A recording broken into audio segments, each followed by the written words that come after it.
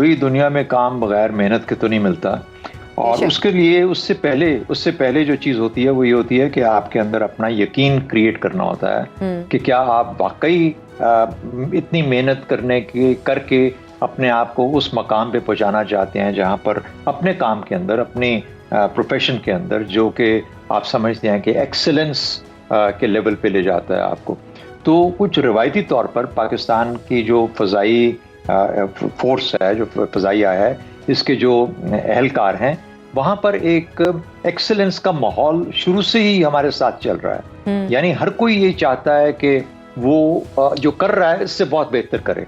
اور پھر اس کے بعد ایک مقابلے کی فضا بھی ہوتی ہے، کیونکہ ہمارا تو کام ہی ایسا ہے جس میں کہ آپ ایک دوسرے کے مقابل، ہر مشن ایک جنگ کا مشن ہے، تو آپ کبھی اس کا ہم 2-4 دوسری طرف ہوں گے، 2-4 اس طرف ہوں گے، تو آپ نے دوسری سائڈ پہ حاوی ہونا ہوتا ہے، اپنے ہی لوگ ایک اپوزنگ سائڈ بن جاتی ہے، کیونکہ اس وقت ظاہر ہے یہ پیس ٹائم کی ٹریننگ ہوتی ہے۔ تو کہنے کا مطلب یہ ہوا کہ یہ جو حاوی ہونا، اوپر جانا، اپنے آپ کو بہتر کرنا، اپنی غلطیوں کو کم کرنا، اپنی غلطیوں سے سیکھنا، اپنے نالج لیول کو بہت بڑھانا، اپنے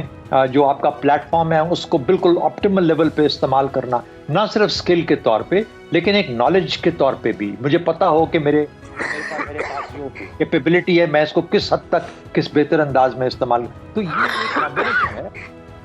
اس بلیف کا اور اس یقین کا کہ میں یا as a pilot of Pakistan air force یا as an officer of the Pakistan air force, میں اپنے کام کے اندر اپنے مہارت کی وہ لیول دیکھنا چاہتا ہوں جو کہ بہت ہی سپیریئر لیول کی ہے، سب لوگ کہیں واقعی میں بہت کمال کا۔ تو یہ جو ایک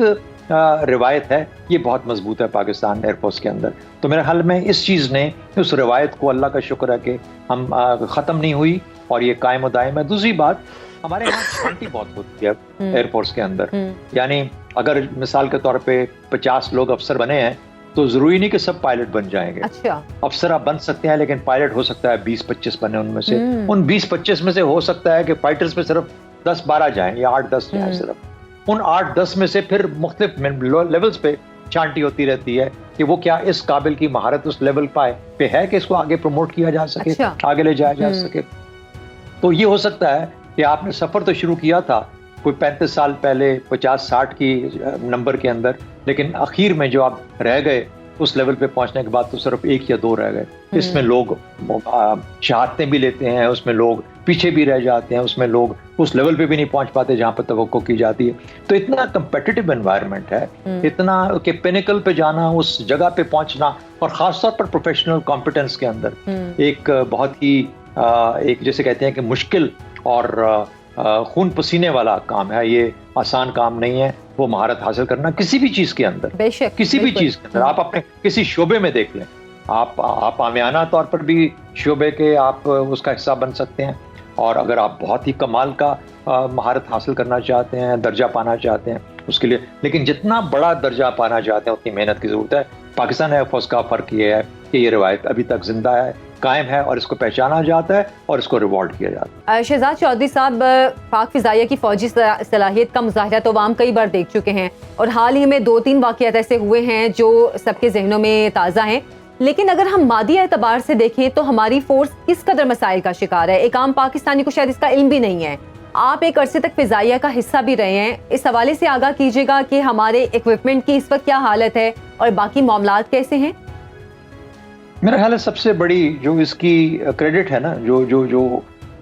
ہمیں شاباش دینی چاہیے، وہ اپنی قوم کو دینی چاہیے، جس نے بہت مشکل حالات کے اندر پاکستان کی دفاعی ضروریات کے لیے کچھ نہ کچھ ہمیشہ سپیئر کیا، اور ان کو یہ انیبل کی کہ وہ اپنی ضروریات کو پورا کر سکیں۔ ہم نے پاکستانی افواج، چاہے وہ فوج تھی، نیوی تھی، ایئر فورس تھی، تینوں کی ضروریات کو جہاں تک اپنی حد سے زیادہ بڑھ کے ہم نے ان کو سپورٹ کیا، اور میرے خیال میں کہ یہ قربانی پاکستانی قوم کی وہ ہے جس کو کہ ہم جب ہم اس کا حصہ ہوتے ہیں ان افواج کا، ہم کبھی بھی نہیں بھول سکتے کہ ہم پہ کتنا بڑا قرض ہے اس قوم کا، جس کو کہ ہمیں پورا کرنا ہے، جس کے اوپر ہم نے کبھی فیل نہیں ہونا۔ تو یہ سب سے بڑی بات تو یہ ہوتی ہے۔ دوسری بات دیکھیے، ہم ایک درمیانی قسم کی ہماری معاشی، اب تو اس سے بھی دگرگوں ہو گئے حالات تھوڑے سے زیادہ، لیکن اس کے باوجود